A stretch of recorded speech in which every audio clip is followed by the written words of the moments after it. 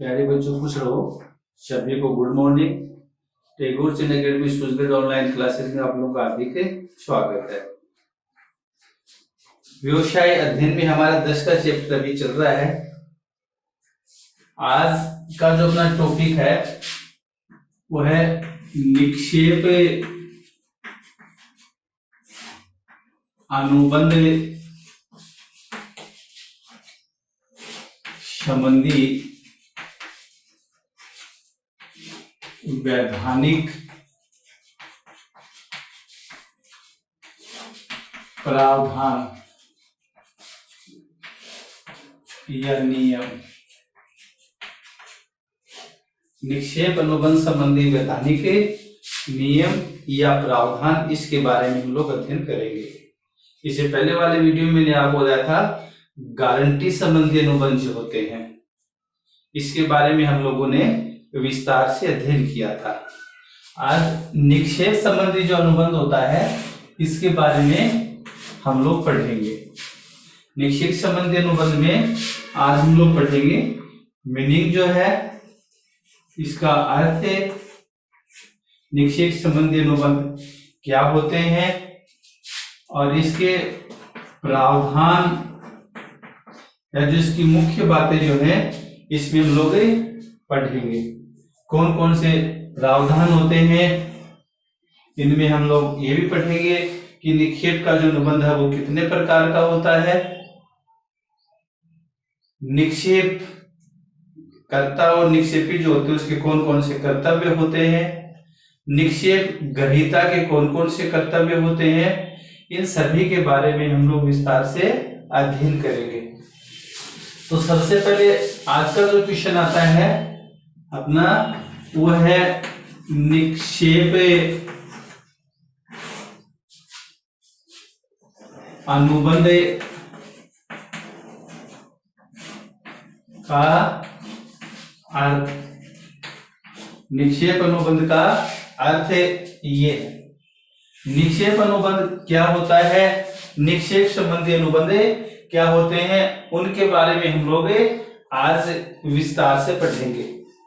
निक्षेप संबंधी अनुबंध होता है जिसमें एक व्यक्ति किसी दूसरे व्यक्ति के पास, एक व्यक्ति किसी दूसरे व्यक्ति के पास या एक पक्षकार किसी दूसरे पक्षकार के पास अपनी चल प्रकृति की वस्तु, अपनी चल प्रकृति की वस्तु किसी निश्चित उद्देश्य के लिए, अपनी चल प्रकृति की जो वस्तु होती है उसका अस्थायी उद्देश्य के लिए वस्तु या वस्तु के अधिकार का हस्तांतरण करता है, वस्तु के अधिकार का हस्तांतरण करता है।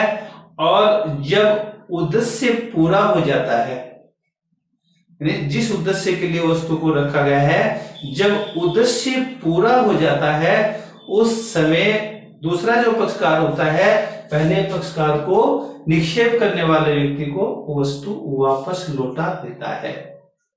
ये निक्षेप का अनुबंध होता है। इतनी बातें पढ़ी इसमें। एक पक्षकार किसी दूसरे पक्षकार को, एक व्यक्ति किसी दूसरे व्यक्ति को, ठीक है, अस्थायी उद्देश्य के लिए, अस्थायी उद्देश्य के लिए अपनी वस्तु। तीसरा है वस्तु चल प्रकृति की होनी चाहिए, अस्थायी उद्देश्य के लिए वस्तु चल प्रकृति की होनी चाहिए।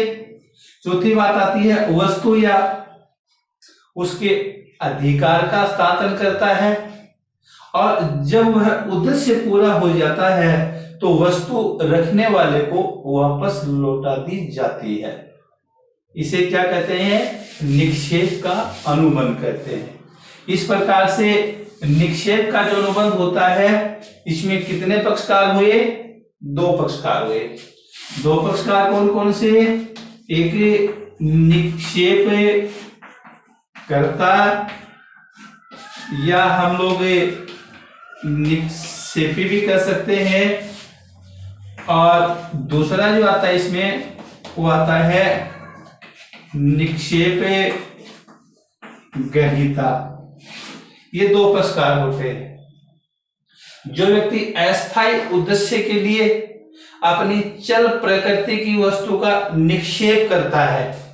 ये जो व्यक्ति होता है ये अपनी वस्तु इसको देता है, इसका अधिकार का हस्तांतरण इसको करता है, तो ये निक्षेपकर्ता कहा जाता है। और जो वस्तु रखने वाला होता है वो निक्षेप ग्रहीता कहलाता है। इस प्रकार से निक्षेप अनुबंध में दो प्रकार होते हैं। ये होता है निक्षेप का अनुबंध। उदाहरण के लिए, उदाहरण अगर हम लोग देखते हैं, उदाहरण के लिए कार स्कूटर या किसी चीज होता है मरम्मत के लिए देना, कार स्कूटर पार्किंग में रखना, देखभाल के लिए पार्किंग में रखना, टेंट हाउस का सामान किसी शादी के लिए, विवाह पार्टी के लिए देना, धोबी को कपड़े देना, या पुस्तकालय से पुस्तकें लेना। इस प्रकार के जो सभी प्रकार के जो अनुबंध होते हैं वो निक्षेप के अनुबंध कहलाते हैं। कौन से अनुबंध होते हैं? निक्षेप के अनुबंध होते हैं। उदाहरण के लिए, जैसे राम के अपने टेंट हाउस की दुकान है, राम के पास टेंट हाउस का सामान है और सोहन को उसकी लड़की के शादी के लिए वो टेंट हाउस का सामान देता है। तो इसमें टेंट हाउस का सामान है वो क्या है? चल प्रकृति का है, अस्थायी उद्देश्य है लड़की की शादी के लिए। शादी जब हो जाती है उसके बाद में सोहन जो है वो अपने टेंट हाउस का जो सामान है वो राम को वापस से लौटा देगा। इस प्रकार से राम और सोहन के बीच में जो अनुबंध हुआ वो निक्षेप का अनुबंध कहलाएगा। राम जो है वो निक्षेपी और सोहन निक्षेप ग्रहीता। ये जो अनुबंध होता है ये निक्षेप का अनुबंध होता है। अब आते हैं निक्षेप का जो अनुबंध जो होता है उससे संबंधित महत्वपूर्ण जो बातें हैं, निम्नलिखित शर्तें या जो नियम होते हैं या इसके जो प्रावधान होते हैं वो इसमें कौन कौन से हैं? एक नंबर सबसे पहले जो हम लोग पढ़ेंगे वो है इसके अंतर्गत निक्षेप की वस्तु चल प्रकृति की होनी चाहिए। वस्तु चल प्रकृति की होनी चाहिए।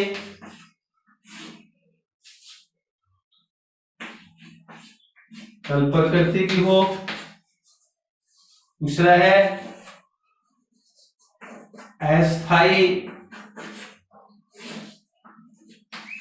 उद्देश्य। उसका जो उद्देश्य होता है वस्तु का वो भी किस प्रकार से होना चाहिए? अस्थायी होना चाहिए। और निक्षेप जो किसी विशेष उद्देश्य के लिए होना चाहिए, विशेष उद्देश्य के लिए। चौथा जो आता है निक्षेप में स्वरूप परिवर्तन भी हो सकता है।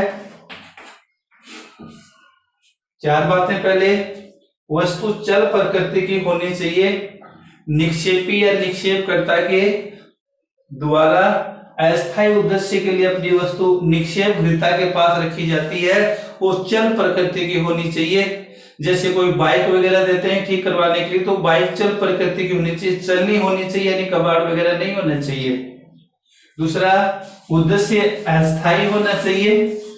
जब निक्षेप ग्रहीता और निक्षेपी दोनों के मध्य जो अनुबंध होता है वो अस्थायी उद्देश्य के लिए होना चाहिए। जैसे निक्षेपी निक्षेप ग्रहीता के पास अपनी बाइक मरम्मत के लिए रखता है और बाइक जब ठीक हो जाती है तो उसको वापस ले लेना चाहिए। विशेष उद्देश्य के लिए होना चाहिए, जैसे कोई वस्तु ठीक वगैरह करवाना जो होता है उद्देश्य विशेष होना चाहिए। टेंट हाउस का सामान जैसे शादी के लिए होता है, लाइब्रेरी की पुस्तकें पढ़ने के लिए लेते हैं, मकान किराए के ऊपर लेते हैं, धोबी को कपड़े देते हैं धुलाई के लिए, तो ये उद्देश्य जो होता है वो एक विशेष होना चाहिए। और निक्षेप में निक्षेप गृहीता द्वारा वस्तु के स्वरूप में परिवर्तन करके भी वस्तु वापस लौटाई जा सकती है। जैसे गोल्ड या ज्वेलरी संबंधी जो होते हैं उसकी आभूषण वगैरह जो बनाते हैं उसमें स्वरूप चेंज हो जाता है, तो स्वरूप परिवर्तन करके भी निक्षेप गृहीता जो होता है उसके द्वारा वस्तु लौटाई जा सकती है। उसके बाद में पांचवा जो आता है वो आता है बैंक में जो हम लोग रुपए जमा करवाते हैं, बैंक खाते में जमा कराने के लिए दिया गया जो धन होता है, बैंक के अकाउंट में रुपए जमा करवाते हैं, बैंक खाते में जो धन या जो रुपए जमा करवाते हैं यह निक्षेप का अनुबंध नहीं है। कई बार ऐसा क्वेश्चन आता है क्या बैंक खाते में जो धन जमा करवाया जाता है, रुपए जमा करवाए जाते हैं, क्या वह निक्षेप का अनुबंध है? तो आप बताओगे बैंक खाते में जो धन जमा करवाया जाता है वो निक्षेप का अनुबंध नहीं है, क्योंकि जो रुपए नोट सिक्के जो हम लोग बैंक में जमा करवाते हैं बैंक उनको उसी रूप में वापस लौटाने की गारंटी नहीं देता है। बैंक उनको वापस उसी रूप में वापस लौटाने की गारंटी नहीं देता, इसलिए बैंक में जो रुपए सिक्के या नोट जमा करवाए जाते हैं वह निक्षेप का अनुबंध नहीं है। लेकिन बैंक लॉकर में जो आभूषण सिक्के बॉन्ड या जो रखे जाते हैं वह निक्षेप का अनुबंध कहलाता है, क्योंकि बैंक उनको वापस उसी मूल रूप में वापस लौटा देता है। तो इस प्रकार से ये क्वेश्चन बनता है कि क्या बैंक खाते में रुपए या धन जमा करवाते हैं वो निक्षेप का अनुबंध है? तो आप बताओगे कि सर बैंक खाते में जो धन या जो रुपए जमा करवाते हैं वो निक्षेप का अनुबंध नहीं है। कारण क्योंकि बैंक उनको उसी मूल रूप में वापस लौटाने की गारंटी नहीं देता है, जबकि बैंक लॉकर में आभूषण या सिक्के बॉन्ड वगैरह आदि जो रखे जाते हैं वो निक्षेप का अनुबंध कहलाता है, क्योंकि बैंक को उसी मूल रूप में वापस लौटा देता है। छठा जो आता है अनेक प्रकार की जो प्राकृतिक आपदा, बाढ़ है, भूकंप, तूफान आदि के कारण निक्षेप ग्रहीता के पास रखी हुई जो वस्तु होती है उसमें क्षति हो जाती है या वह वस्तु मूल रूप से नष्ट हो जाती है, तो ऐसी स्थिति में निक्षेप ग्रहीता जो है वो किसी भी प्रकार की क्षतिपूर्ति नहीं करेगा, किसी भी प्रकार की क्षतिपूर्ति नहीं करेगा। यदि वस्तु को हानि पहुंचती या नष्ट हो जाती है तो स्थिति में निक्षेप ग्रहीता का दायित्व नहीं है, क्योंकि प्राकृतिक आपदाओं पे किसी का कंट्रोल नहीं होता। प्राकृतिक आपदाएं होती हैं, बाढ़, भूकंप, तूफान वगैरह आदि जो होती हैं उसमें किसी भी का भी जोर नहीं चलता। ऐसी स्थिति में वस्तु अगर नष्ट भी हो जाती है या हानि हो जाती है तो इसके लिए निक्षेप ग्रहीता क्षतिपूर्ति नहीं करता। उसकी लापरवाही से अगर ऐसा होता है तो क्षतिपूर्ति करने का अधिकार होता है, क्षतिपूर्ति का दायित्व बनता है, लेकिन ऐसी स्थिति में जो है इसके पास किसी भी प्रकार का जो दायित्व होता है वो नहीं बनेगा। उसके बाद में एक और जो महत्वपूर्ण इसका जो सातवां आता है वो है निक्षेप के प्रकार। निक्षेप के प्रकार सामान्यतः निक्षेप दो प्रकार के होते हैं। एक होता है निःशुल्क निक्षेप, एक होता है सशुल्क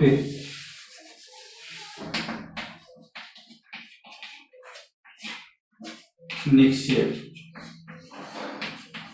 तो निक्षेप कितने प्रकार के होते हैं? 2 प्रकार के, एक निःशुल्क निक्षेप है और एक सशुल्क निक्षेप। 2 प्रकार के होते हैं, ठीक है।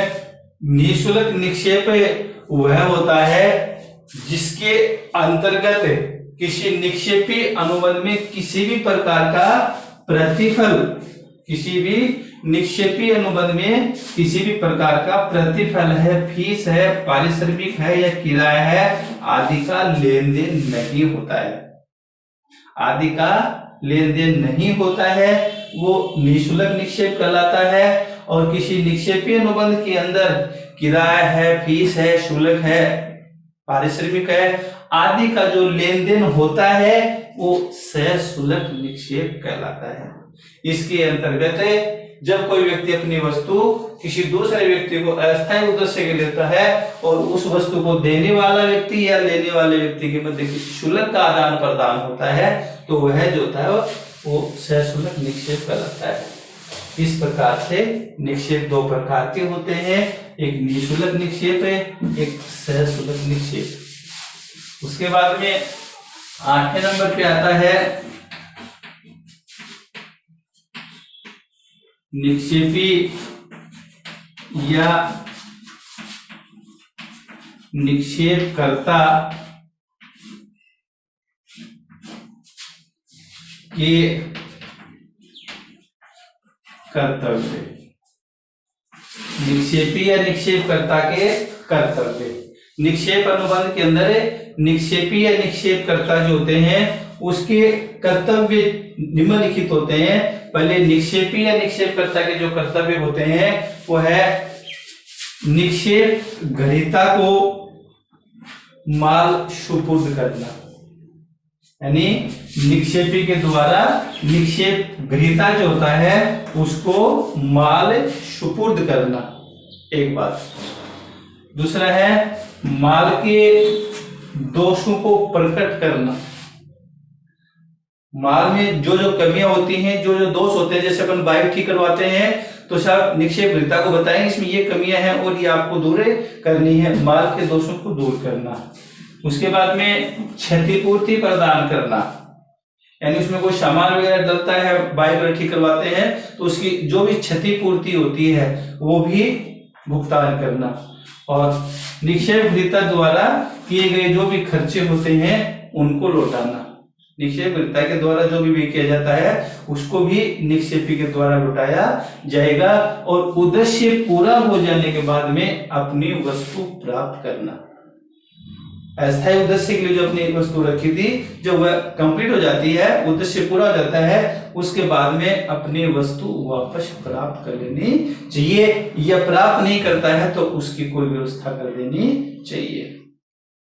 तो ये आते हैं निक्षेपी या निक्षेप ग्रहीता जो होते हैं, जल प्रकृति की जो वस्तु है वो रखना, दोषों को प्रकट करना, क्षतिपूर्ति का भुगतान करना, या कोई व्यय वगैरह होता है उसको भी करना, उद्देश्य पूरा हो जाने के बाद में अपनी वस्तु वापस लेना या उसकी कोई व्यवस्था कर देना। उसके बाद में आता है निक्षेप ग्रहीता के कर्तव्य। निक्षेप ग्रहीता के कर्तव्य, ड्यूटीज। निक्षेप ग्रहीता की जो ड्यूटी जो बनती है इसके कर्तव्य कौन कौन से होते हैं, ये सबसे महत्वपूर्ण है। निक्षेप ग्रहीता के पास जो वस्तु रखी जाती है उसमें कौन कौन से कर्तव्य होते हैं। सबसे पहले है माल की उचित देखभाल करना। निक्षेपी के द्वारा, निक्षेप ग्रहीता के द्वारा जो माल रखा जाता है उसकी साथ उचित देखभाल करना, निगरानी करना। एक बात, अगर लापरवाही से या देखभाल की कमी के कारण वस्तु का नुकसान हो जाता है तो उसकी क्षतिपूर्ति करना। क्षतिपूर्ति करने का अधिकार भी उसको है। वस्तु का उद्देश्य पूरा हो जाने के बाद में वस्तु को लौटाना। निक्षेप कर्ता की जो वस्तु है वो उसको वापस से लौटा देनी चाहिए। और निक्षेप की जो शर्तें होती हैं उसके अनुसार ही कार्य करना। निक्षेप की जो शर्तें होती हैं उसी के अनुसार ही उसका कार्य करना चाहिए और वस्तु को निक्षेपकर्ता को लौटाना। ये सब क्या है, निक्षेप ग्रहीता के कर्तव्य हैं। इसी प्रकार से लास्ट में इसका एक उद्देश्य और आता है, एक प्रावधान इसका और है, यदि किसी व्यक्ति को दूसरे व्यक्ति खोई वस्तु मिल जाती है तो उसको अपने अधिकार में रख लेता है तो उसका दायित्व भी निक्षेप ग्रहीता के समान ही हो जाता है। एक व्यक्ति है जिसको किसी खोई हुई वस्तु प्राप्त हो जाती है तो उसका दायित्व भी उसी प्रकार से होता है जिस प्रकार से निक्षेप ग्रहीता का होता है। ठीक है, तो इस प्रकार से आज हम लोगों ने निक्षेप अनुबंध संबंधी जो वैधानिक नियम है, प्रावधान या शर्तें जो है, इसके बारे में हम लोगों ने विस्तार से अध्ययन किया। जो जो प्रमुख बातें इसमें हम लोगों ने पढ़ी हैं वो है निक्षेप अनुबंध का अर्थ, ये चीजें हैं। उसके बाद में इसके जो मुख्य प्रावधान है या नियम है, नियमों में हम लोगों ने निक्षेप के प्रकार, निक्षेपी के कर्तव्य, निक्षेप ग्रहीता के कर्तव्य आदि के बारे में हम लोगों ने विस्तार से पढ़ा। कल हम लोग इसके बाद में जो है एक और जो अनुबंध का जो प्रकार आता है गिरवी अनुबंध, उसके बारे में हम लोग विस्तार से अध्ययन करेंगे। तब तक के लिए सभी बच्चों को धन्यवाद।